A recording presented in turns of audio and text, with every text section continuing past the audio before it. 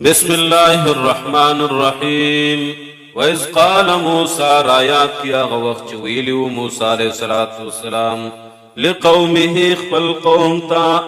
ان اللہ یقینا اللہ یأمرکم حکم کے وتاستا اند دے خبر تذبحو چتی علالک بقرتن یوی غالرا قالوا والبنی اسرائیلو اتتخذنا آیات نسی مجلرا حضوان پا مسخرو سرا پٹوکو سرا قالو الموسیٰ علیہ السلام اعوذ باللہ زفنا غارم داللہ پنام باندی ان اکون من الجاہلین د دیسا چشم دیزا من الجاہلین دنا خبرو سا دنا پوہانو سا قالوا البني اسرائيل ادع لنا دعاء غرض مجد فارا ربك دخبل ربسا يبين لنا چه بیان کی و مجتماہیا صدی حال دا دیغا صدی صفت دا دیغا قالوا الموسى علیہ السلام انہو شان دا خبر داد یقولو اللہ رب العزت فرمائی انہا بقرتن یقیناً دا غادا لا فارضن زڑن دا ولا بکرن او جوان ہم ندا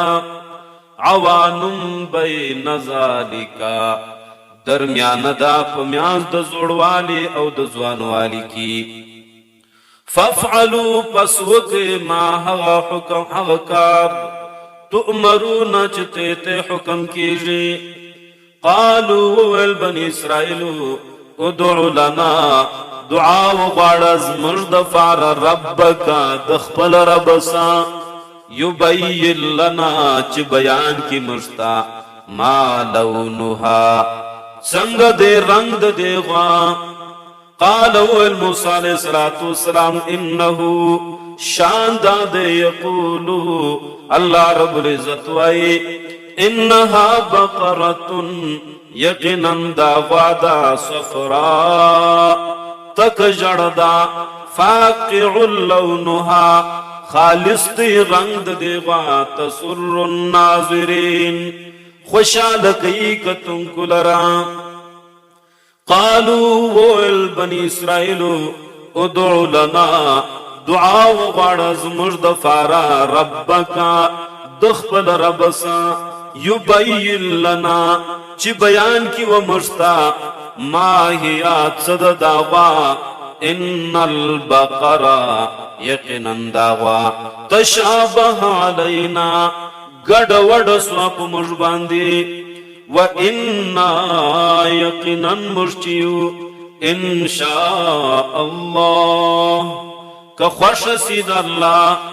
لمحتدون نخام خواب مجروان سوپ سملار باندی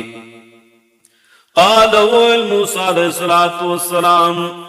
انہو شان دادے یقولو اللہ رب العزت وائی انہا بقرتن یقیناً دا غادا لا ظلولن جتی او ارٹی ندا لا ظلول کمزور ندا تسیر الارضا چاڑ ولی دیویم ذکی لرام ولا تسقی الحرسا او نیدیو بکڑ فصل لرام مسلمتن بچ ددعی بسا لا شیط فیہا داغ نستا پدیغا کی قالوا الآن وویل بنی اسرائیل ووس جئت بالحق تارات دل وکرل پپورا بیان سرا پپورا خبر سرا فزبحوها پس علالکرل دے بنی اسرائیلو دے والرا وما کادو نجدینو دا بنی اسرائیل یفعلونا چی دا کارے کڑے وے دزرد اخلاصا